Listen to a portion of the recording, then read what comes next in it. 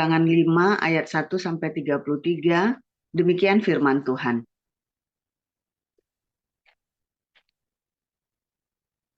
Musa memanggil seluruh orang Israel berkumpul dan berkata kepada mereka, "Dengarlah, hai orang Israel, ketetapan dan peraturan yang pada hari ini kuperdengarkan kepadamu, supaya kamu mempelajarinya dan melakukannya dengan setia. Tuhan Allah kita telah mengikat perjanjian dengan kita di Horeb, bukan dengan nenek moyang kita. Tuhan mengikat perjanjian itu, tetapi dengan kita yang ada di sini pada hari ini, kita semuanya yang masih hidup. Tuhan telah bicara dengan berhadapan muka dengan kamu di gunung dan di tengah-tengah api. Aku pada waktu itu berdiri antara Tuhan dan kamu untuk memberitahukan firman Tuhan kepadamu, sebab kamu takut kepada api dan kamu tidak naik ke gunung." Dan ia berfirman, "Akulah Tuhan Allahmu yang membawa engkau keluar dari tanah Mesir, dari tempat perbudakan. Jangan ada padamu Allah lain di hadapanku. Jangan membuat bagimu patung yang menyerupai apapun yang ada di langit di atas, atau yang ada di bumi di bawah, atau yang ada di dalam air di bawah bumi. Jangan sujud menyembah kepadanya atau beribadah kepadanya, sebab aku, Tuhan Allahmu, adalah Allah yang cemburu, yang membalaskan kesalahan bapa kepada anak-anaknya dan kepada keturunan yang ketiga dan keempat dari orang-orang yang membenci aku. Tetapi aku menunjukkan kasih setia kepada beribu-ribu orang, yaitu mereka yang mengasihi aku dan yang berpegang pada perintah-perintahku. Jangan menyebut nama Tuhan Allahmu dengan sembarangan, sebab Tuhan akan memandang bersalah orang yang menyebut namanya dengan sembarangan. Tetaplah ingat dan kuduskanlah hari Sabat, seperti yang diperintahkan kepadamu oleh Tuhan Allahmu. 6 hari lamanya engkau akan bekerja dan melakukan segala pekerjaanmu. Tetapi pada hari ke-7 adalah hari Sabat Tuhan Allahmu. Maka jangan melakukan sesuatu pekerjaan, engkau atau anakmu laki-laki, atau anakmu perempuan, atau hambamu laki-laki, atau hambamu perempuan, atau lembumu, atau keledaimu, atau hewanmu yang manapun, atau orang asing yang di tempat kediamanmu, supaya hambamu laki-laki dan hambamu perempuan berhenti seperti engkau juga. Sebab haruslah kau ingat bahwa engkau pun dahulu budak di tanah Mesir, dan engkau dibawa keluar dari sana oleh Tuhan Allahmu dengan tangan yang kuat dan lengan yang teracung. Itulah sebabnya Tuhan Allahmu memerintahkan engkau merayakan hari Sabat. Hormatilah ayahmu dan ibumu seperti yang diperintahkan kepadamu oleh Tuhan Allahmu, supaya lanjut umurmu dan baik keadaanmu di tanah yang diberikan Tuhan Allahmu kepadamu.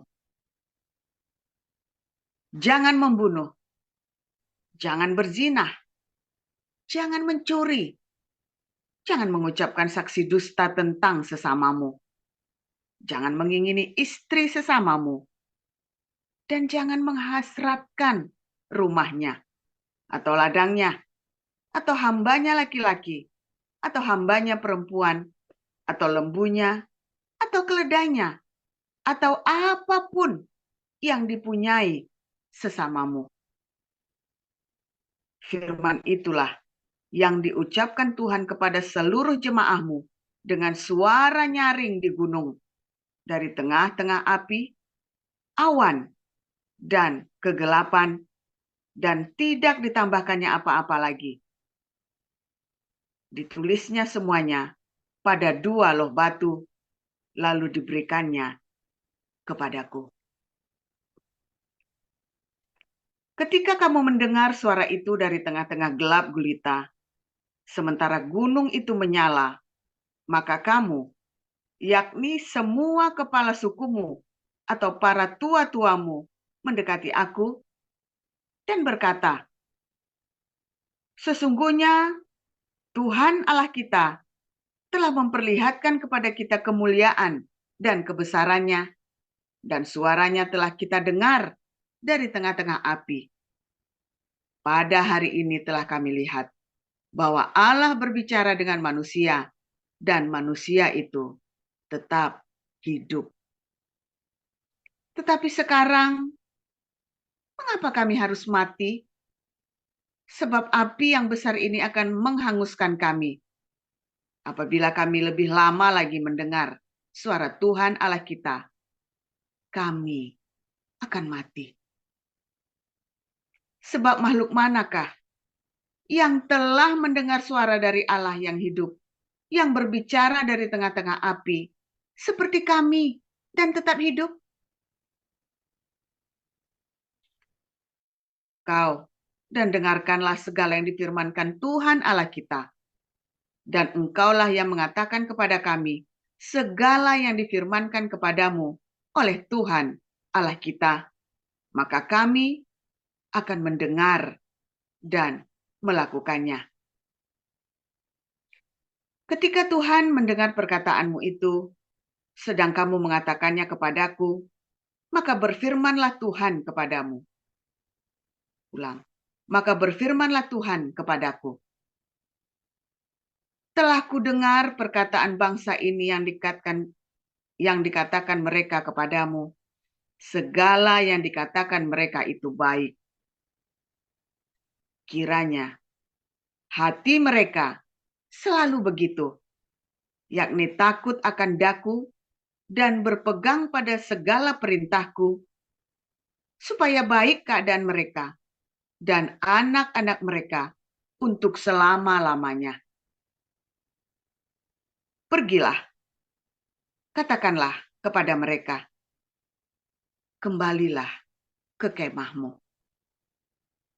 Tetapi engkau, berdirilah di sini bersama-sama dengan aku, maka aku hendak mengatakan kepadamu segenap perintah, yakni ketetapan dan peraturan yang harus kau ajarkan kepada mereka, supaya mereka melakukannya di negeri yang kuberikan kepada mereka untuk dimiliki. Maka lakukanlah semuanya itu dengan setia, seperti yang diperintahkan kepadamu oleh Tuhan Allahmu. Janganlah menyimpang ke kanan atau ke kiri. Segenap jalan yang diperintahkan kepadamu oleh Tuhan Allahmu haruslah kamu jalani, supaya kamu hidup dan baik keadaanmu, serta lanjut umurmu di negeri yang akan kamu duduki. Dari Roma 13 ayat 1 sampai 14. Tiap-tiap orang harus takluk kepada pemerintah yang di atasnya, sebab tidak ada pemerintah yang tidak berasal dari Allah. Dan pemerintah-pemerintah yang ada tetapkan oleh Allah. Sebab itu, barang siapa melawan pemerintah, ia melawan ketetapan Allah, dan siapa yang melakukannya akan mendatangkan hukuman atas dirinya. Sebab jika seorang berbuat baik, ia tidak usah takut kepada pemerintah, hanya jika ia berbuat jahat.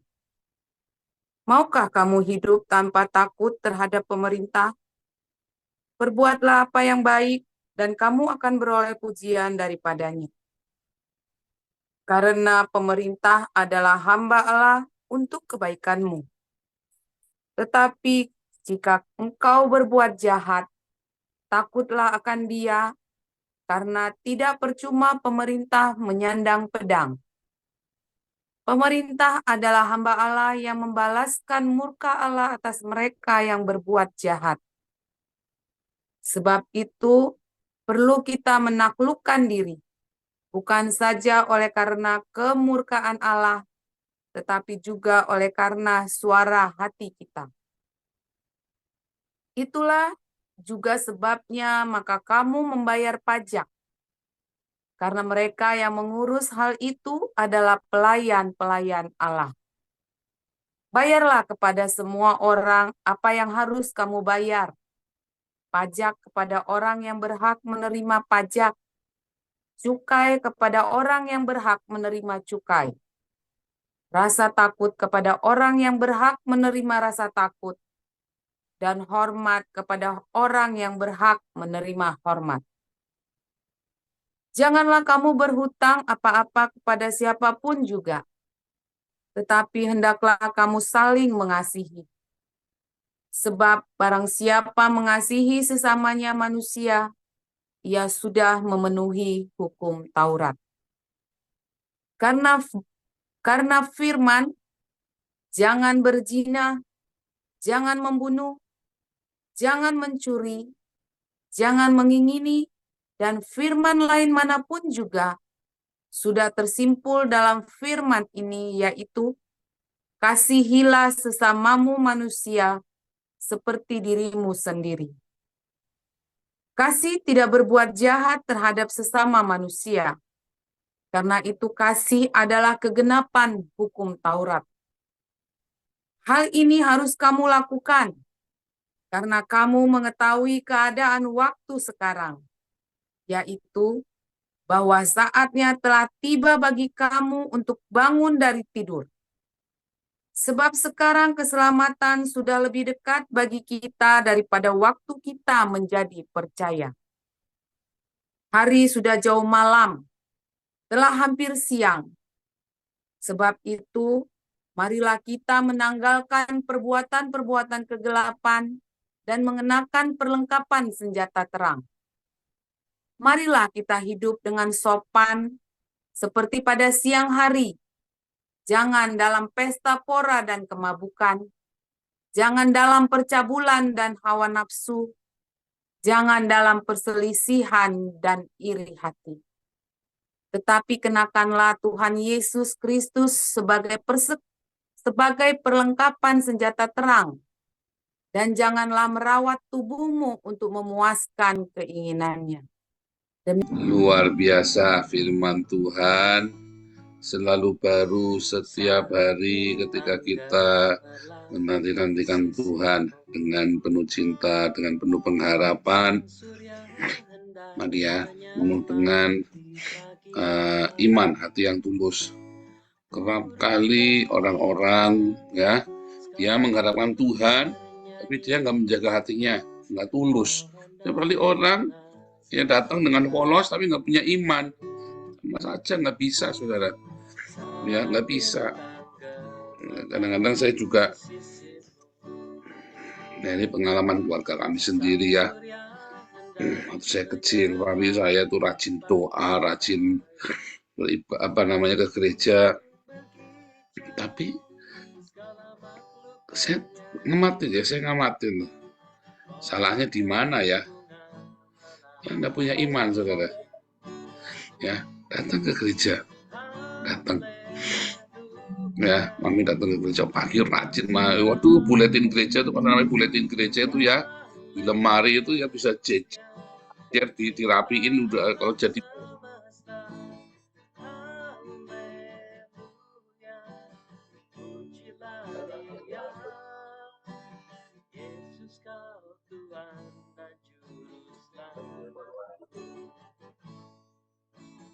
Ketika kekelaman melandaku,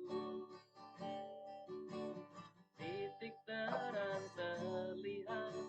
Buku jadi buku dah itu, berapa jilid lah itu buletin gerejanya itu, nggak pernah absen itu namanya buletin gereja. Jadi kalau satu lemari khusus itu ya buletin gereja itu, Nah, sampai ngeliatnya itu kayak koleksi ya, disimpan semua.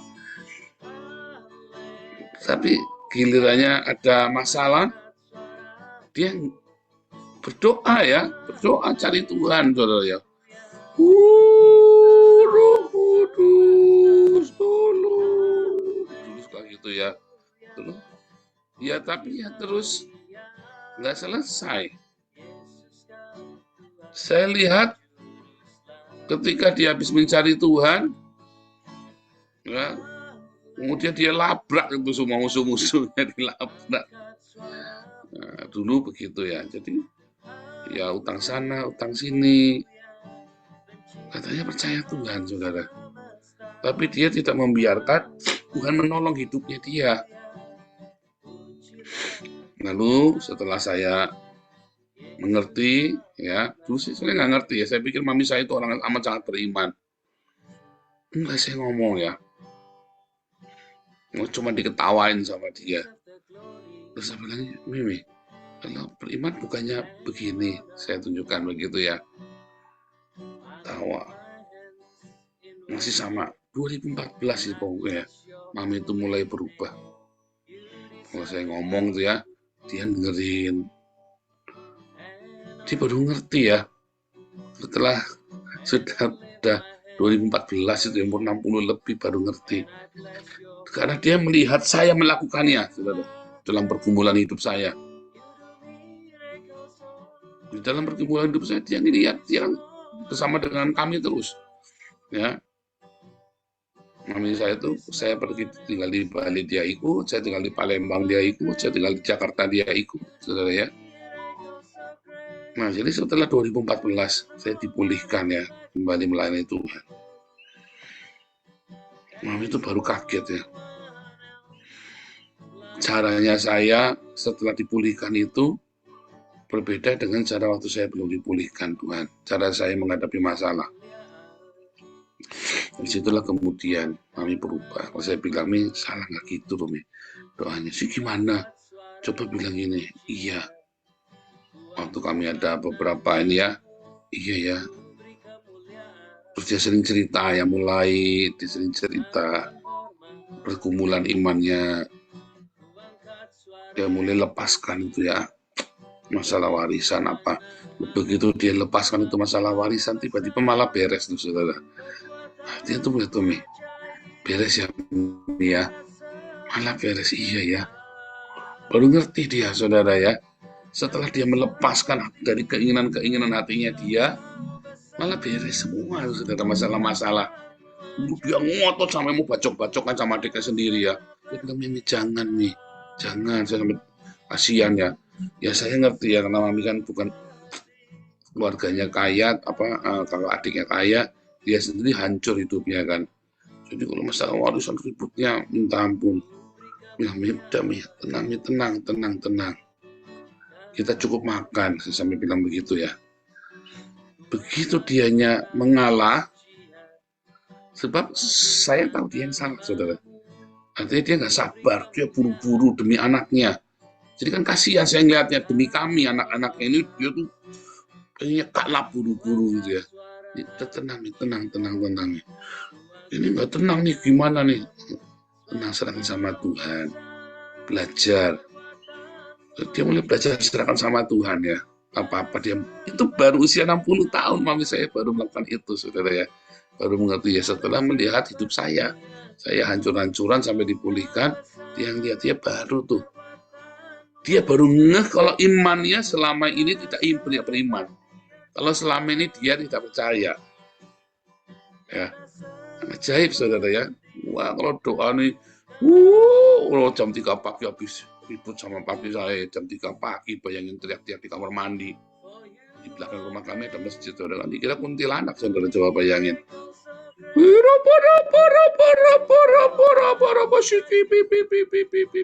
kamar mandi itu ya, belakangnya masjid itu rumahnya. Jadi orang-orang pada ke masjid pada takut. Itu ada suara apa? Itu heboh, itu ada suara apa itu? Dan mami saya lagi dalam tanda kutip berbahasa roh. Katanya berbahasa. Begitu ya, saudara ya. Dia baru ngerti. ya setelah usia 60-an ketika saya belajar. Dan setelah usia 60 tahun itu jauh hidupnya bisa tenang, bisa lebih ya setelah itu ya, setelah saya dipulihkan itu ya.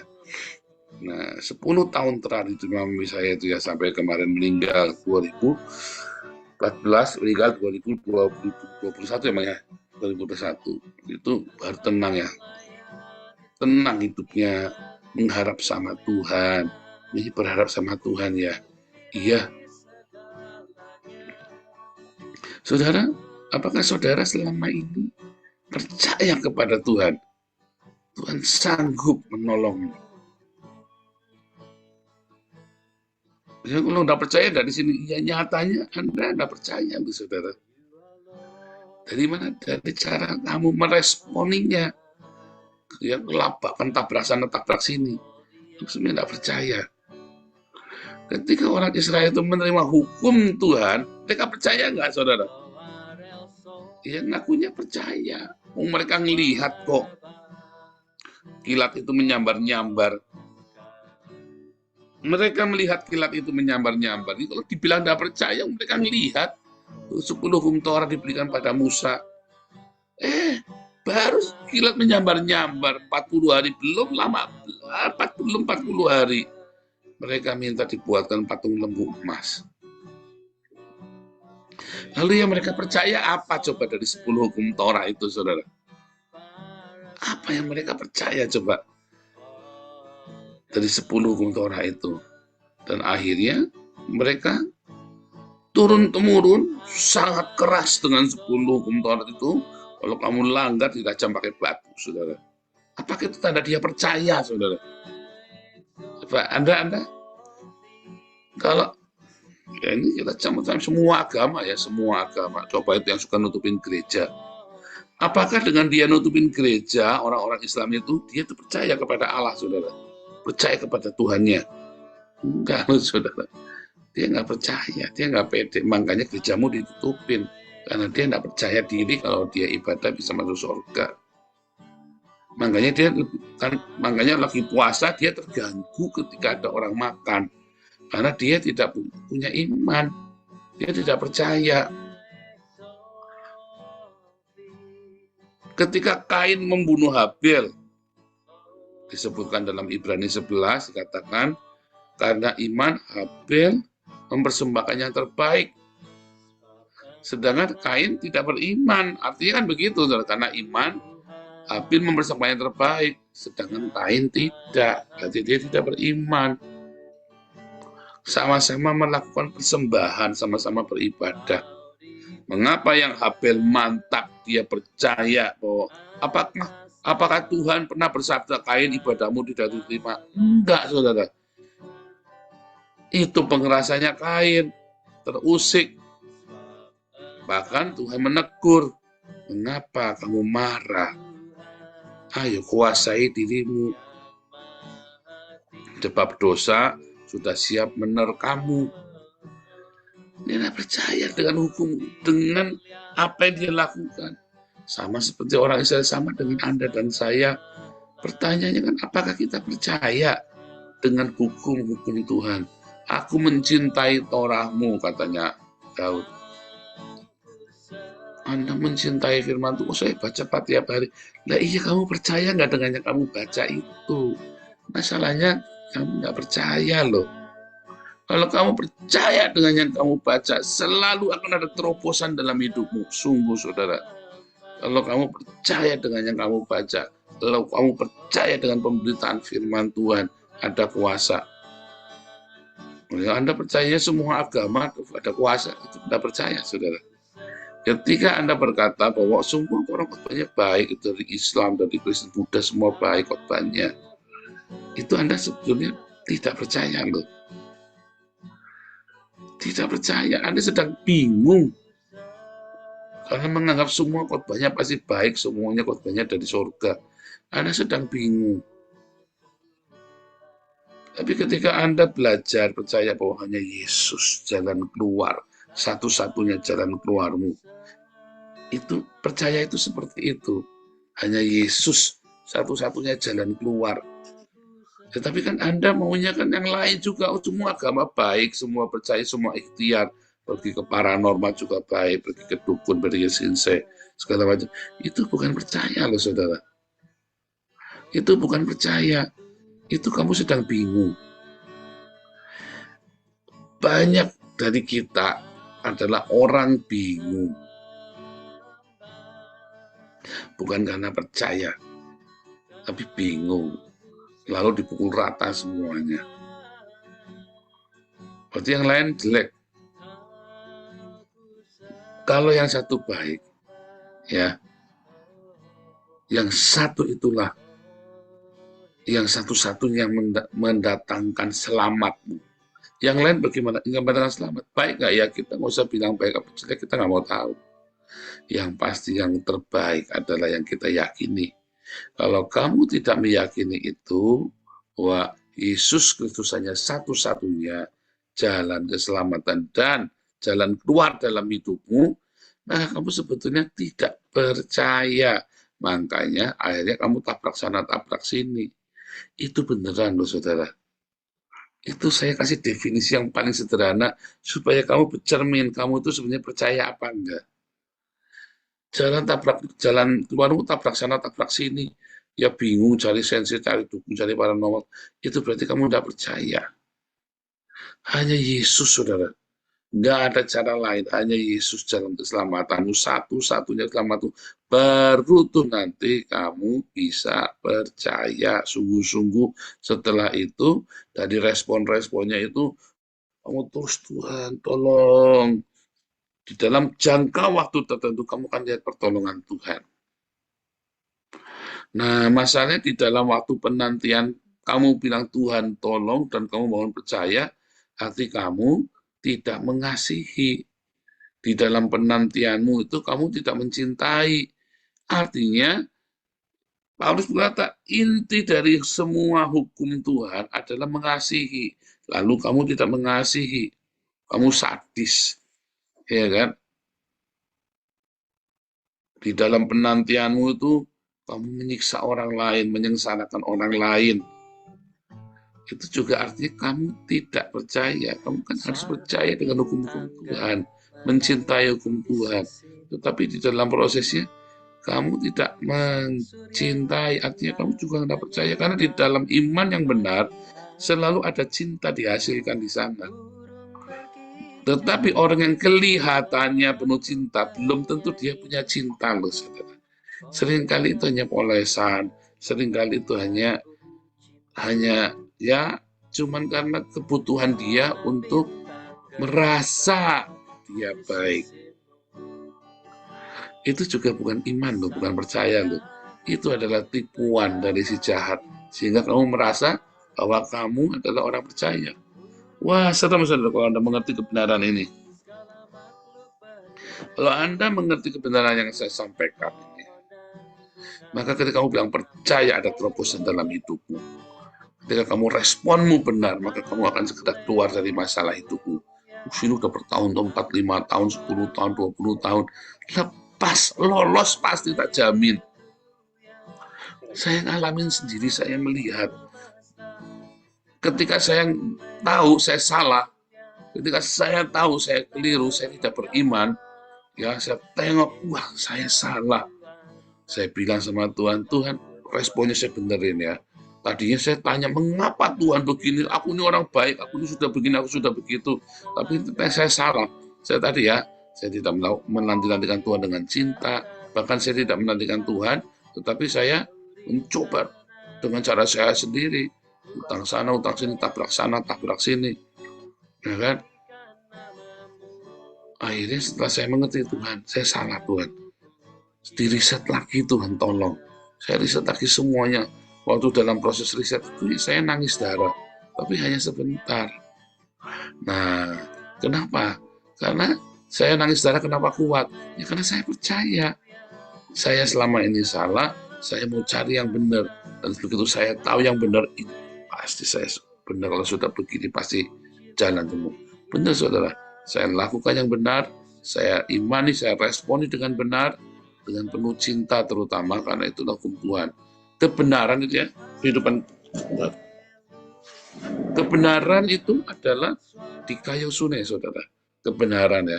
Kalau hidupmu tidak lebih benar, kalau hidup keagamaanmu tidak lebih benar daripada orang Farisi, kamu tidak masuk kerajaan surga. Dikayosune itu 10 hukum Taurat itu dikayosune. Ya, 10 hukum itu. Dan inti dari hukum itu apa? Mengasihi. Dan akhirnya ujungnya apa? Bersedekah. Lalu sedekah itu memberi makan ya, bukan memberi uang. Beda ya, memberi makan, bukan memberi uang. Kalau memberi uang seringkali Anda lebih dikendalikan oleh karena apa? Sok. Serius, saudara, hati-hati ya. Sedekah itu memberi makanan. Jadi ada proses lanjutannya. Bukan uang mentah kamu bagi-bagi sebar-sebar begitu. Ya, tapi memberi makan. Artinya kamu memberikan dengan penuh cinta. Nah, kemudian saya mulai melihat buah dari kebenaran di kayosune, sang cinta itu. Saya mulai melihat sedikit-sedikit, saya mulai, dan mantap saya, saudara. Saya ngomong itu ya, saya ngomong sama Anda itu sudah saya jalanin ya. Setiap yang saya ngomong sama Anda itu saya sudah jalanin, saya sudah lewatin, sudah teruji, saudara.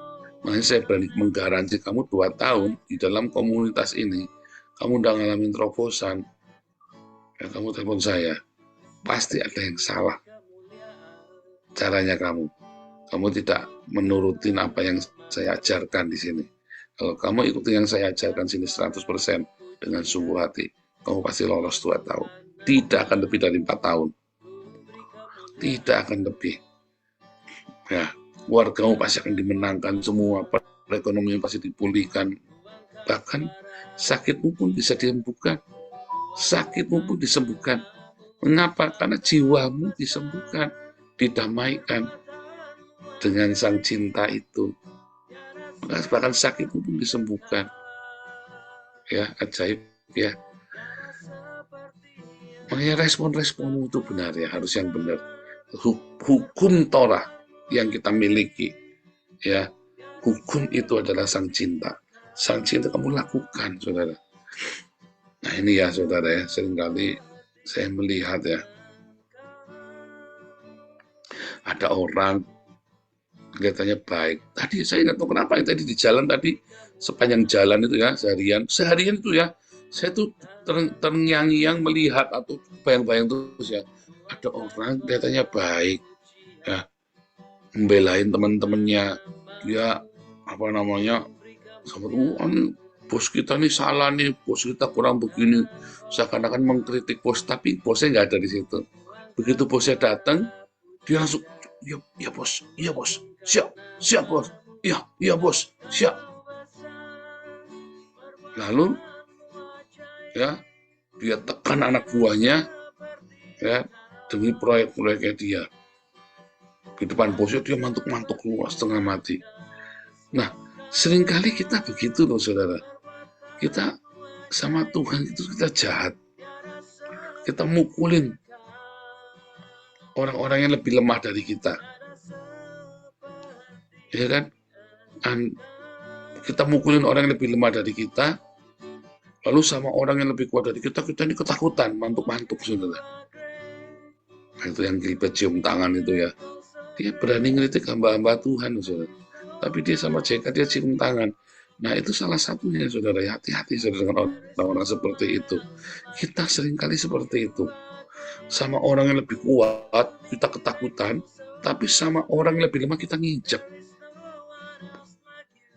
Ya kan, sama seperti hamba yang diampuni itu kan utangnya dilunasi kan, ya, wah dia manggut-manggut sama raja, ya terima kasih. Begitu dia keluar ada orang utang yang jauh lebih sedikit, dicekek sama dia. Nah seringkali kita itu di posisi itu loh, saudara. Ya, ketika kita sama orang Islam ketakutan ya, sering rasi ini kan lagi musim lagi di depan gereja lagi kan, umat lagi. Tapi begitu sama orang kita sendiri, sesama orang Kristen, wah Anda nginjek yang minta ampun sampai Anda rasanya Anda yang paling hebat di dunia. Siapa nih? Wah, mau disenggol bacok dihajar. Begitu ketemu orang Islam itu kencing-kencing, saudara ya. Nah, itu yang seringkali saya marahin ya di orang-orang Kristen di YouTube, TikTok itu ya. Kamu sama orang Islam tidak berani, beraninya kamu cuma sama orang Kristen. Nah, itu juga bukan orang percaya, itu adalah orang-orang jahat, loh, saudara. Itu orang-orang jahat. Hati-hati dengan orang-orang seperti itu. Tetapi jangan ada orang seperti itu. Waduh, repot nih. Jangan-jangan ada juga orang seperti itu lagi. Makanya itulah, kalau ada orang seperti itu, makanya Anda tidak menemukan jalan keluar dalam hidupmu, saudara. Karena inti dari yang kamu belajar dari firman Tuhan itu adalah apa? Mengasihi. Kalau kamu tidak mengasihi, kamu nggak dapat itu kesaktian itu, ilmunya itu ya nggak dapat. Harus itu intinya, kamu harus mengerti intinya dari semua ilmu-ilmunya itu, yaitu mengasihi. Kalau mengasihi itu kan kamu sama orang Islam harus mengasihi kita. Lalu kamu sesama Kristus ini kamu saling serbu lagi ya. Kayak itu GPIB sama apa GPAK itu ya. Ngawur, saudara. Mereka sama orang Islam pada nggak berani, birit-birit sama Kristen saling serbu. Goblok, kenapa nggak nyerbu Masjid Istiqlal itu diserbu coba? Kenapa mereka nyerbu? Nah, itu loh, orang pecundang itu seperti itu. Ya kan? Sesama Kristen ya. Dulu saya ingat sekali kalau kita di Betani kan sering dilaporin polisi. Setiap kali kita mau bikin acara di luar kan dilaporin polisi. Yang laporin gereja loh, saudara. Nah itu loh, makanya jemaatnya semuanya ya pecundang semua, nggak dapat apa-apa. Karena pendetanya juga begitu. Beneran ya, saudara ya. Oh, itu saya ngomong kisah nyata, bukan. Nah, dari situ saya baru mengerti mengapa jemaat tidak berkemenangan. Lalu pendetanya ya begitu, memberi contoh, menjadi pecundang. Dia tidak punya iman, dia tidak punya cinta. Lalu apa yang dia jalan di gereja? Ya retorika saja. Nah, sekarang kamu di sini, jangan berretorika. Kamu 2 tahun sudah mengalami terobosan, ada yang salah dalam hidupmu, saudara. Kalau kamu 2 tahun malah tambah nyungsep, aduh, mungkin ada perzinahan dalam hidup, ada ketidakkudusan. Dan mungkin responmu salah. Kamu diajari rendah hati, tapi sudah terbukti ya. Kadang-kadang saya sering bilang ya pengumumannya, saudara yang jadi pengurus, kalau terus konflik jangan terus ngilang. Dari situ kan kita nonton, semua orang nonton, begitu berkonflik kamu pasti hilang. Saya ini kehilangan orang-orang baik. Kenapa? Begitu udah jadi pengurus, berkonflik ngilang, saudara. Nah, itu saya sedih itu loh. Harusnya nggak usah ngilang. Ya berkonflik nggak apa-apa. Kamu tetap di sini, karena itu kan membentuk karaktermu. Responmu itu loh, caramu merespon. Artinya harga dirimu masih belum lunas. Nah, kalau harga dirinya belum lunas dibayar, apakah Yesus akan memberikan pertolongan? Enggak bisa. Yesus mau, Tuhan kita mau, tangannya tidak kurang panjang, tapi harga dirimu kemahalan. Harga dirimu kemahalan. Ya, mau dijemput. Ini tolong dong jemput aku nih. Ini tolong nih, hujan-hujan aku malam-malam sendirian. Dikirimlah bajai, adanya bajai. Oh, enggak mau. Mau dikirimlah ojek, oh enggak mau. Dikirimi Grab, enggak mau. Maunya dia pakainya, kalau Grab pun pakainya limosin, saudara, jemputannya. Kadang repot ya, orang mau ditolong milih ya. Terus gengsi dia. Naik tumpakannya yang nggak baik. Nah, itu harga dirinya kemahalan. Ya kan? Harga dirinya kemahalan. Nah, kamu mau ditolongin, kamu bukannya asal, yang penting jalan dulu. Nah, itu ya, belajar ya. Aduh, saudara, Anda kalau mengerti ya, aduh, dan Anda harus jujur, hati yang tulus, maka ada pertolongan dalam hidupmu.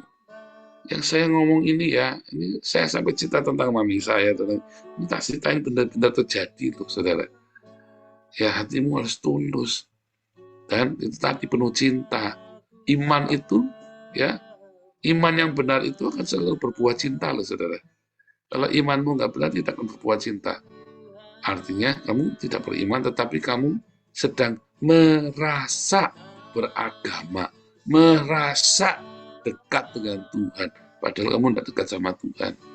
Ya, asal kamu sudah bikin mantra, biri, kamu merasa dekat sama Tuhan, padahal enggak loh. Hati-hati ya. Sekarang ayo, Tuhan, tolong aku, Tuhan, punya hati yang tulus. Singkapkan semua yang terselubung, supaya ku layak di hadapan-Mu, Tuhan. Singkapkan ya. Jangan lama-lama padang gurunya, maksimum 4 tahun saja. Ya, haleluya, Tuhan Yesus memberkati.